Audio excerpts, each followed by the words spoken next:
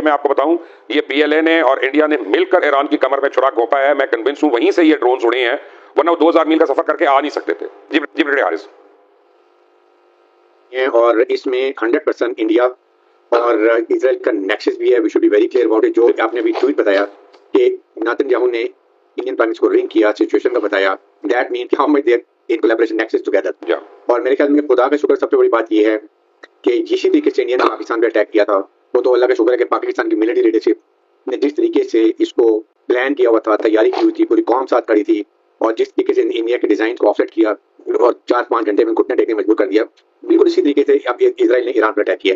और ये आपकी बात ठीक है कि इंडिया ने ईरान की कमर में रियली चुरा झुका, जो वहां पर उनको अलाउ किया हुआ था कि वहां पर वो पाकिस्तान की तरह प्रॉब्लम क्रिएट कर रहे थे, रॉ मौजूद थी, वो इनकी लोकेशन भी सारी इनको पास कर रही थी। और उसके साथ साथ नॉट ओनली लोकेशन, वहां जो ऑयल भी 50% फायदे से ले रहे थे, हर फायदा उठाया और एंड में जाके वहां पर अटैक करने का बता भी दिया। और इंडियन को पता था कि आज ईरान को रियलाइज होना चाहिए कि कौन दुश्मन है उनका और कौन उनका दोस्त है, जो हमेशा हर मौके पर खड़ा है। एक तो ये क्लियर बात हो गई। सेकंड, इसके साथ देखें बड़ी प्लानिंग की हुई थी। उन्होंने पहले अटैक करके हमास को कमजोर किया, हिजबुल्लाह को कमजोर किया, हुतीस को कमजोर किया, फिर उसके बाद सीरिया पे कब्जा कर लिया। सीरिया पे जाके सारे रास्ते जो इनकी ये ईरान सपोर्ट करता था, तीनों प्रॉक्सीज को वो रास्ते बंद कर दिए, सपोर्ट ना कर सके। और उसके बाद उन्होंने ये प्लान, लास्ट ईयर आपको याद है कि उन्होंने इनकी S-300 साइट उड़ा दी थी, वो नुकसान पहुंचाया था। और अब आइसोलेट करके ईरान को बिल्कुल प्लान करके अमेरिकन ने साथ मिलकर उनको बातों में सुलझाए रखा और जैसे इन्होंने इसको अटैक कर दिया। तो मौजूद है जमीर अकरम साहब इसराइल की जानिब से। अभी रिसेंटली शबाकी साहब ने बताया था कि जब भारत ने अटैक किया था पाकिस्तान के ऊपर, जब हमला किया था, जारी की थी, तो उस वक्त इसराइल की भरपूर सपोर्ट भारत को हासिल थी और इसराइली एक्सपर्ट जो है कुछ उस वक्त भारत के अंदर मौजूद थे जब हमला भारत की जानिब से पाकिस्तान पे किया गया था। और अभी आप देख रहे हैं कि भारत भरपूर तरीके से इसराइल को सपोर्ट कर रहा है। तो ये जो डिस्टेंट थ्रेट तो पाकिस्तान को मौजूद है इसराइल की जानिब से। ये बिल्कुल बिल्कुल ये आप वजह फरमा रहे हैं। और ये थ्रेट जो है, हमें इस थ्रेट के जवाब में अपनी फुल तैयारी मुकम्मल करके हमें रहना चाहिए। हमें कोई बईद नहीं कि इजराइल और हिंदुस्तान मिलके कुछ शैतानी करने की कोशिश करें।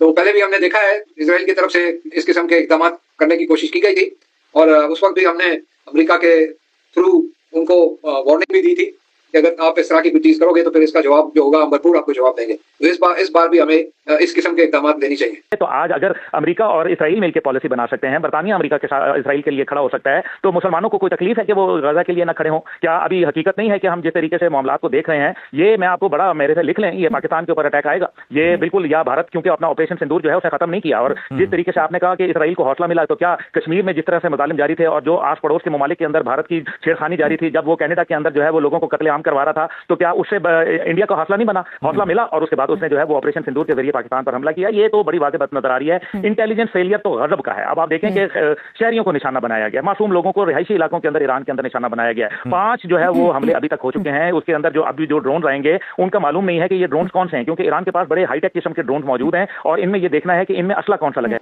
पाकिस्तान का एक एंगल इस सारे मामले के अंदर बहुत इंपॉर्टेंट है और वो ये है कि इस सारी चीज के अंदर ये रखिएगा कि पाकिस्तान के ऊपर जब हमला किया गया था भारत की जानिब से, तो जो ड्रोन्स इस्तेमाल हुए थे वो इजरायली साफ्ता ड्रोन्स थे। इजरायली ड्रोन्स का इस्तेमाल किया गया था, वो जो हार्ट ड्रोन्स थे उनका इस्तेमाल किया गया था। तो इस वक्त इंडिया के अंदर भी जो है ना, वो मैं देख रहा हूँ वहां की जो चैटर में देख रहा हूँ, इनके मुख्तलिफ तजियाकार सहाफी और वो जो है वो कहने के देखें हमला इस तरह होता है। वो इस वक्त इजराइल के ईरान के ऊपर होने वाले इस हमले की मिसालें दे रहे हैं कि जनाब ये देखें, ये होता है प्रिसीजन स्ट्राइक, कि ये देखें मिलिट्री कमांड को जो है वो इस तरह उड़ाया जाता है, इस तरह जो है वो पेनिट्रेट किया जाता है। हमारी रॉ को भी जो है वही काम करना चाहिए जो बेसिकली मुसाद ने किया है। और वो इसकी एग्जांपल्स दे रहे हैं और वो कहने के देखें इजराइल जो है ना, उसको अपने हवाले से थ्रेट था ना, तो उसने कैसे जो है वो ईरान के ऊपर हमला किया है। तो अगली दफा इंडिया भी जो है वो उसको ये करना चाहिए। बल्कि कुछ का तो यहाँ पे ये भी लिखना था अपने, मैं उनके ट्वीट्स वगैरह देख रहा था कि ये बहुत अच्छा मौका है कि हम भी इसी तरह का जो है वो काम कर डाले। अभी भी तो जंग हुई है, तो हमारी जो है वो बैटलफील्ड तैयारी भी जो है वो काफी है। तो पाकिस्तान, अच्छा लेकिन जाहिर बात है इनको इस बात का आइडिया नहीं कि पाकिस्तान का ईरान का केस जो है बहुत डिफरेंट है। गजा के कातिल और गुजरात के कातिल का गठजोड़ बेनकाब हो गया। इसराइल का मोदी सरकार के साथ मजबूत गठजोड़ मंजर-ए-आम पर आ गया है। मजीद जानते हैं नुमाइंदा खुसूसी सलमान अमान से। जी सलमान, बताइएगा क्या डिटेल्स आ रही है इस हवाले से?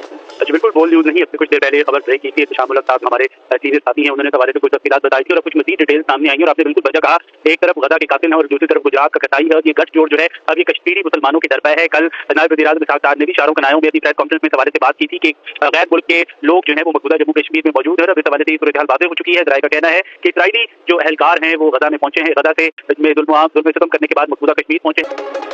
अवाम को तो पहले चीज मैं बता दूं कि अमेरिका जो है वो इंडिया का एक स्ट्रेटेजिक एलाई है। इंडिया उसके साथ इंटेलिजेंस शेयर करता है। इंडिया जो है, मैं तो समझता हूं उनका मिलिट्री एलाई बन गया है। एक बात।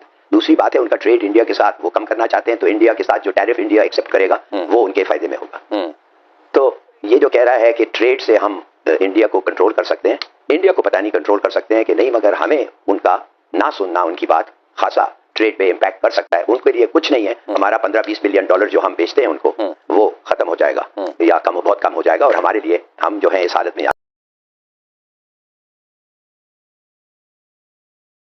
यार नेतन्याहू ने यानी इसराइल ने ईरान पर ताबड़तोड़ हमले किए हैं और सुबह अजानों के वक्त ये ईरान पर एक हमला किया गया, शदीद हमले किए गए और इसराइल की तरफ से, और उसमें कीमती जानों का नुकसान जो अभी तक रिपोर्ट हुआ है वो अब आपके सामने शेयर करेंगे। और खित्ते के अंदर जो एक कशीदा सूरत हाल पहले से मौजूद थी पाकिस्तान और भारत के दरमियान, उसी की एक कड़ी जो है वो अब मजीद खित्ते के अंदर एक टेंस सिचुएशन सामने आ चुकी है। और इसराइल ने जो काफ़ी दिनों से ईरान के ऊपर हमला करने की बातें कर रहा था, आज अलग सुबह उसने ईरान के ऊपर एक हमला किया है। और ईरान के जो 5 अहम कमांडर्स हैं, जिसमें उनके आर्म्ड फोर्सेस के सरबराह भी शामिल हैं, commander of Islamic revolution guards भी शामिल हैं, कमांडर ऑफ सेंट्रल हेडक्वार्टर भी शामिल हैं, और इसके अलावा साइंटिस्ट और सिविलियंस भी शामिल हैं, उनको निशाना बनाया है। और जो ईरान की जो एटमी जो तंसीबात हैं, जोहरी तंसीबात थी, उनको भी टारगेट किया गया है। ये इंतहाई सफाकाना किस्म का हमला है। और इस हमले के बाद हम देख रहे हैं कि रीजन खित्ता जो था, जहाँ पर पाकिस्तान, भारत और ईरान और दीगर ममालिक शामिल हैं और चाइना की भी मौजूदगी इसी रीजन के अंदर है, इसमें अब सूरत हाल खासी जो है वो परेशान कुन है। उस वक्त जब ईरान के ऊपर ये हमला किया गया, इस हमले के से बहुत दिन पहले ये खबरें आना शुरू हो चुकी थी, क्योंकि एक तरफ अमेरिका जो दौरे मेयार का मालिक है डोनाल्ड ट्रंप, जो पाकिस्तान और भारत के दरमियान बारहा सीज फायर का तस्करा कर चुके हैं और हर फोरम पर वो ये कहते हैं कि मैं अमन का ख़्वाह हूँ और अमन की वजह से मैंने पाकिस्तान और भारत के दरमियान सीज फायर करवाया।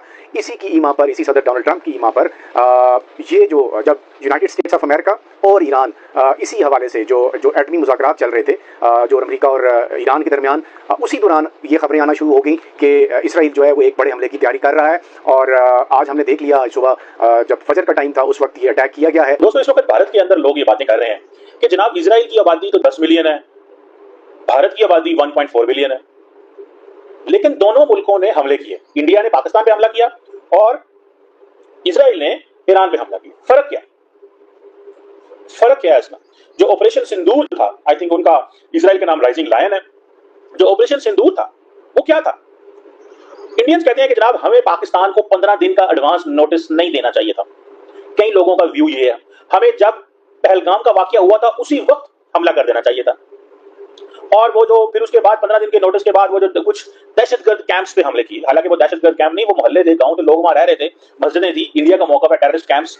वो कैंप्स वो मतलब शहरों के अंदर कौन से कैंप्स होते हैं, मोहल्लों के अंदर जहां पे लोग रहते हैं, लेकिन जाहिर बात है इंडियन व्यू है, we have to buy it for the sake of the argument. So वो कहते हैं 15 दिन उनको दे दिए, फिर अब ये उनको कर दिया। अब वो जब हमला किया तो देखें, Pakistan is not Iran, Pakistan Iran नहीं है। मैं ये बताना चाहता हूं, जिन लोगों का ये ख्याल है ना कि पाकिस्तान ईरान है, पाकिस्तान ईरान नहीं है। मुझे सिर्फ इतना बताएं आप कि जिस दिन इंडिया पाकिस्तान पे हमला करने आया था,